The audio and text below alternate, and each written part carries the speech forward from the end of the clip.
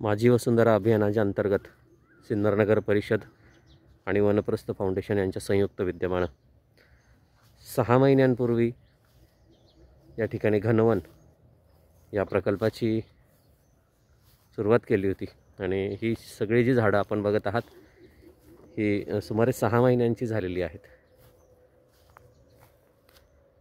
शहरामध्ये एखादं छोटंसं जंगल तयार झाल्याचा भास आपल्याला या ठिकाणी आल्यानंतर झाल्याशिवाय राहणार नाही। खूप सगळे पक्षीसुद्धा या ठिकाणी आपली हजेरी लावत असतात। अशा पद्धतीनं हे एक छोटंसं जंगल वनप्रस्थ फाउंडेशनच्या वतीनं आणि सिन्नर नगर परिषदेच्या संयुक्त विद्यमानं सिन्नर शहरामध्ये साकारलेलं आहे।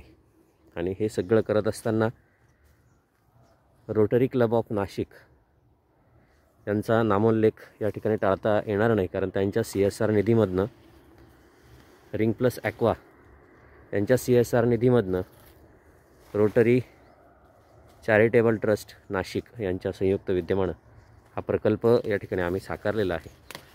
आणि आता आपण बघत आहोत की हे शहरामध्ये एखादं छोटंसं पॉकेट फॉरेस्ट असावं असं हे जंगल या ठिकाणी नगर परिषदेच्या ओपन स्पेसमध्ये आम्ही साकारू शकलेलो आहोत।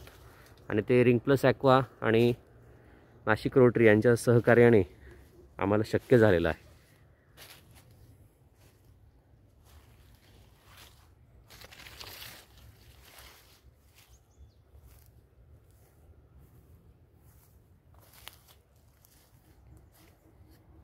सुमारे 6 महिन्यापूर्वी पर्यावरण दिनाच्या शुभमुहूर्तावर ह्या सगळ्या प्रकल्पाचा शुभारंभ आम्ही केला होता आणि त्याच्यातनं हा फेरफटका आपण मारतोय।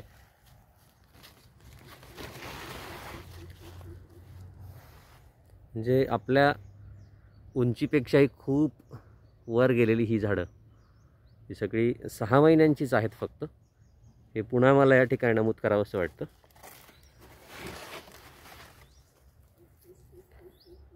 सिन्नर शिर्डी रोडवर ज्वालामाता लॉन्सच्या मागील जी कॉलनी आहे त्या ठिकाणी